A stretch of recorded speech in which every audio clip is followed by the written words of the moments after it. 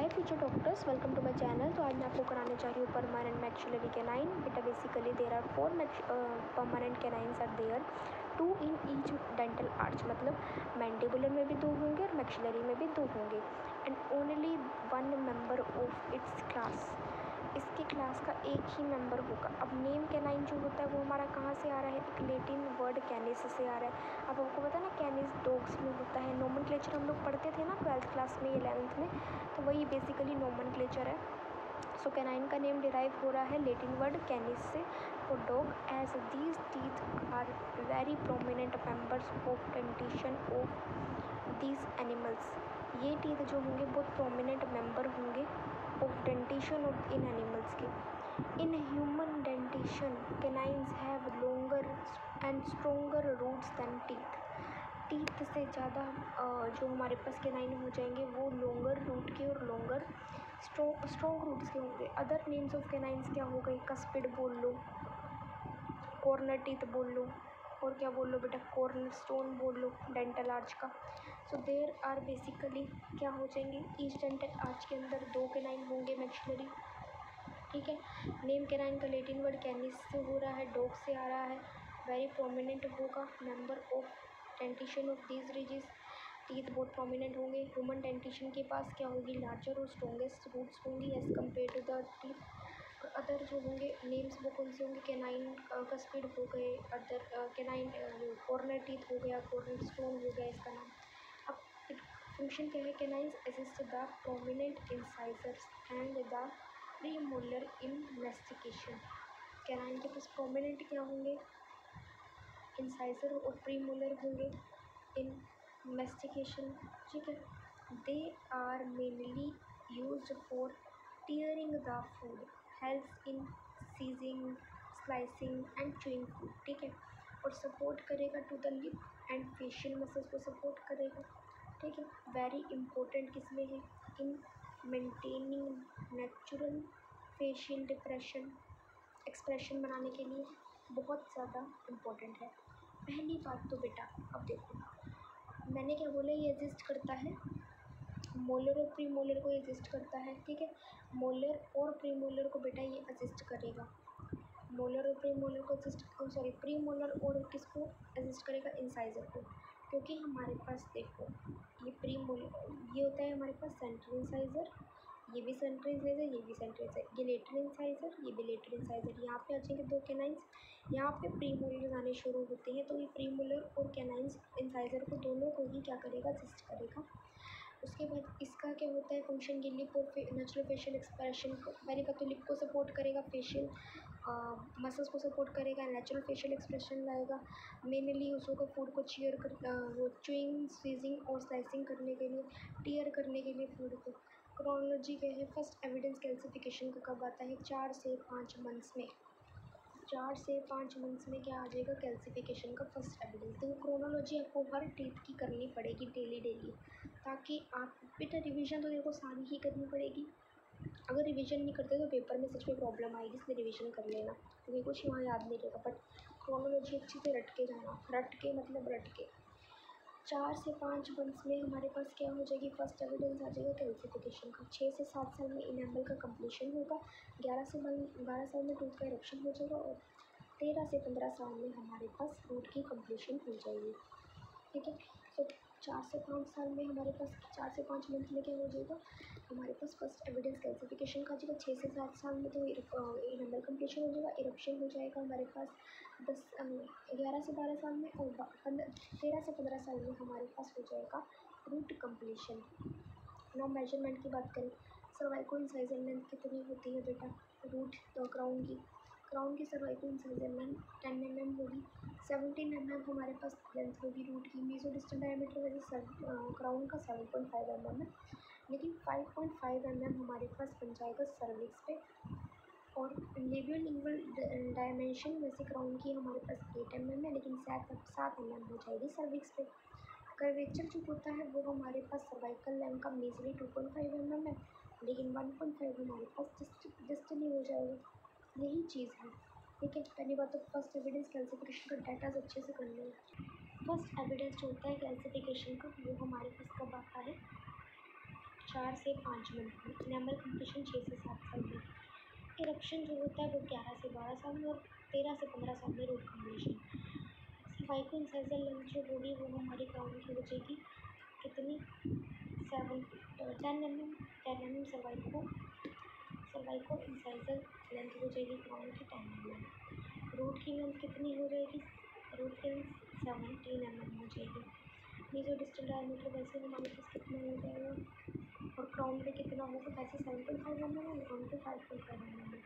Labial lingual diameter वैसे 8 mm है, crown cervix पे 7 mm है। और कर्वेचर वैसे मीजली हमारा 2.5 mm है और 1.5 mm डिस्टली है। दोबारा से बता रही हूँ, फर्स्ट एविडेंस क्लासिफिकेशन का 4 से 5 मंथ, नॉर्मल कंप्लीशन कब होगा 6 से 7 साल, इरप्शन 11 से 12 साल, रूट कंप्लीशन 13 से 15 साल। सर्वाइकल इंसाइजर लेंथ की हमारी कितनी हो जाएगी क्राउन की 10 mm, length of the crown 17 mm, mesio distal diameter of the crown 7.5 mm, 5.5 mm cervix. Labial lingual crown हमारे पास 8.0 mm है, एट सर्विक्स कितना हो जाएगा 7 mm। कर्वेचर मेजली कितना हो जाएगा क्राउन का, मेजली हो जाएगा कर्वेचर 2.5 mm और डिस्टली 1.5 mm। अब हम लोग बात करते हैं इसके एस्पेक्ट्स की, एक होता है लेबियल, एक होता है इंसाइजल, एक होता है लिंगुअल, एक होता है मीजल, एक होता है distal. Labial, incisal, lingual, mesial, distal, इस पर बक्कल नहीं आया है बेटा। मोलर्स, प्री मोलर्स में तो मैं आपको बक्कल वगैरह करवाती गई हूँ, बट यहाँ पे हमारे पास बक्कल एस्पेक्ट नहीं आया, उसकी जगह लेबियल आ गया। तो लेबियल, इंसाइजल, लिंगुअल, मीजल और डिस्टल, ठीक है, ये हमारे पास क्या आ गए हैं, कस्प आ गए हैं बेसिकली। अब हम बात करते हैं लेबियल कस्प क्या होता है, ज्योमेट्रिकल शेप क्या हो जाएगी, जनरल शेप जो हो जाएगी आउटलाइन क्राउन की फ्रॉम दिस एस्पेक्ट कैनाइन की इस that of canine of labial aspect इस ट्रेपेजोइडल इन शेप। हम लोग बस इतना बोलेंगे इसके पास ज्योमेट्रिकल शेप या आउटलाइन कैसी होगी, लेबियल एस्पेक्ट में ट्रेपेजोइडल होगी, इतना ही याद रखना कि it is trapezoidal in shape, यही याद रखना। नेक्स्ट हम लोग बात करते हैं क्राउन आउटलाइन की, एक होते हैं मीजल आउटलाइन, एक होते हैं distal outline.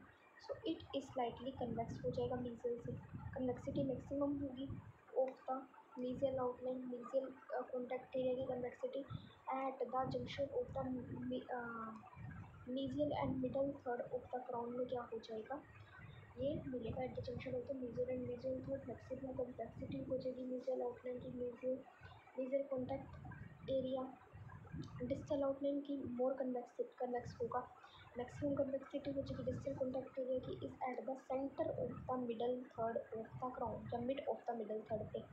So labial aspect basically it is a trapezoidal in shape, trapezoidal in shape, nasal outline is convex, maximum convexity show करेगी nasal contact area, ठीक है, sir junction of the nasal and the middle third of the crown.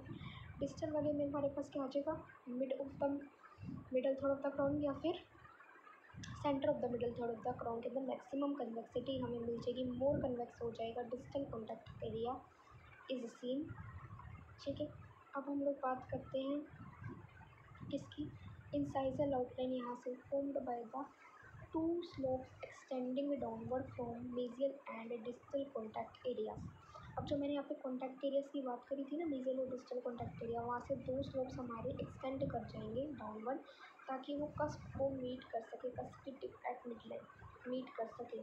ये जो slopes हो जाएंगे, जो हमारे पास दो डाउनवर्ड रन कर रहे हैं, एक हमारे पास आ जाएगा हमारे पास स्लोप जो एक्सटेंड कर रहे हैं towards from mesial and distal contact area, उसे हम लोग बोलते हैं cusp tip of mid line. ये जो स्लोप्स हो जाएंगे जो पास कर रहे हैं मेजियल कॉन्टैक्ट एरिया से, दो from mesial and distal contact area से कस्प की टिप तक ऑफ मिड लाइन, ये स्लोप्स क्या करेंगे बेसिकली, इन्हें बोलेंगे मेजियल और distal cusp ridge. Distal cusp ridge जो होगी वो क्या हो जाएगी, लार्जर हो जाएगी as compare to the mesial cusp ridge, या लॉन्गर हो जाएगी बोल लो। अब पॉइंट क्या है, meeting of these ridges from cusp tip it becomes flat over the time के अकॉर्डिंग फ्लैट बन जाएगी due to the bearing away हो जाएगी, इसीलिए फ्लैट बन जाएगी। अब समझ में आ गया, बिल्कुल अच्छे से आ गया। इंसाइजल आउटलाइन कैसे बनेगी, दो कस्प के स्लोप्स हो जाएंगे जो हमारे पास कस्प टिप मिडलाइन में मिल रहे हैं, दो कस्प के स्लोप्स को हम लोग बोलेंगे क्या चीज़, मेजियल और डिस्टल डेवलपमेंटल रिज। मेजर और डिस्टल कस्प रिजेस बोलेंगे इसे। डिस्टल कस्प रिज लॉन्गर हो गया as compare to the mesial cusp ridge. और पॉइंट जो होगा meeting of these ridges at the cusp become flat over the time due to wearing away. Now the middle labial lobe is well developed. Middle lobe कैसी होगी? Middle labial lobe होगा बहुत well developed होगा। Either lobes forms well developed then either lobes. अच्छा, दोनों lobes से, side वाले lobe से मिडल वाला वेल डेवलप्ड हो जाएगा, मिडल लेबियल लोब, जो कि फॉर्म करेगा एक linear elevation extending from the cervical line to cusp tip. Cervical line से कस्प के टिप तक हमारे पास एक्सटेंड कर रहा है एक लीनियर एलिवेशन, जिसे हम लोग क्या बोलते हैं? Labial rich. क्या होता है? एक हमारे पास लेबियल रिच होती है मिडल लेबियल लोब, जो कि either of the two lobes क्या होंगी? मिडल लेबियल लोब जो होगी वो वेल डेवलप हो जाएगी। अब यहाँ पे क्या हो जाएगी? एक लीनियर एलिवेशन बनेगी फ्रॉम द सर्वाइकल लाइन से एक्सटेंड करेगी कहाँ पे? टू द फीचर, उसे लेबियल रिच बोलते हैं। अब सर्वाइकल लाइन होती है बेटा बेसिकली कन्वेक्स पॉइंटेड इक्वली।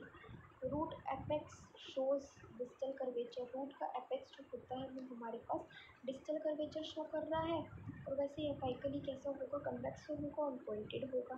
ठीक है, सो हमारे पास ये दिख लो बेटा, मिडल लेबियल लोब जो होगा, मिडल लेबियल लोब जो होगा बेटा वो हमारे पास आइदर लोब से वेल डेवलप्ड होगा, और ये एक्सटेंड कर जाएगा सर्वाइकल लाइन से कस्प के टिप तक। लेबियल रिच बोलते हैं इस फीचर को। लीनियर एलिवेशन फॉर्म करेगा। सर्वाइकल लाइन हमारे पास पॉइंटेड हो जाएगी और ये कन्वेक्स हो जाएगी, और क्या करेगी? रूट की एपेक्स हमें शो करती है डिस्टल कर्वेचर को। नाउ ज्योमेट्रिकल शेप की बात करें तो ट्रेपेजोइडल इन शेप है। क्राउन आउटलाइन की बात करें तो similar to that of the labial aspect होगा। लिंगुअल एस्पेक्ट की मैं बात कर रही हूँ बेटा, लिंगुअल एस्पेक्ट की भी ज्योमेट्रिकल शेप ट्रेपेजोइडल है, और क्राउन का जो होगा वो सिमिलर हो जाएगा क्राउन का outline as to the labial aspect, same as to the labial aspect. अब सर्वाइकल आउटलाइन या पोर्शन क्या होता है बेटा लिंगुअल सरफेस का? सर्वाइकल आउटलाइन किसने ऑक्यूपाई की है? By a large smooth well developed cingulum. Cervical line जो होती है लिंगुअल आउटलाइन की सिंगुलम ने ऑक्यूपाई की, जो लार्ज और स्मूथ और वेल डेवलप्ड है। अब सिंगुलम जो होता है वो मैक्सिलरी कैनाइन का लार्जेस्ट होता है ऑफ ऑल अब एंटीरियर टीथ। मार्जिनल रिजेस जो होगा वो स्ट्रॉन्गली डेवलप्ड हो जाएगा, एंड अलोंग विद द सिंगुलम क्या बना देगा? बाउंड्रीज फॉर्म कर देगा लिंगुअल फोसा की। लिंगुअल फोसा हमारे पास मोर कनकेव हो जाएगा और डिवाइड कर देगा लिंगुअल रिज से। ठीक है, दो कनकेविटीज में, मेजर और डिस्टल लिंगुअल फोसा में। लिंगुअल फोसा मेजर और डिस्टल लिंगुअल फोसा दो कैविटीज में डेवलप कर रहा है। किससे? By the developmental rich. ठीक है, मोर कनकेव हो जाएगा। ठीक है, बिल्कुल समझ में आ गया, अच्छे से आ गया। ठीक है, लिंगुअल एस्पेक्ट इतना ही था। ज्योमेट्रिकल शेप ट्रेपेजोइडल थी। क्राउन आउटलाइन सिमिलर होती है to the labial aspect. Cervical outline जो हो जाएगी उसके पास एक लार्ज स्मूथ सिंगुलम होगा वेल डेवलप। सिंगुलम जो हो जाएगा वो हमारे पास फॉर्म जो हो जाएगा वो सबसे ज़्यादा लार्जेस्ट होगा सारे एंटीरियर टीथ का कैनाइन का। मार्जिनल रिजेस जो होती है वो स्ट्रॉन्गली डेवलप्ड होती है along with the cingulum. Boundaries form करेगी लिंगुअल फोसा की। लिंगुअल फोसा हमारे पास बेसिकली लेबियल रिज होती है, वो दो कनकेविटीज़ को सेपरेट करती है, डिवाइड करती है।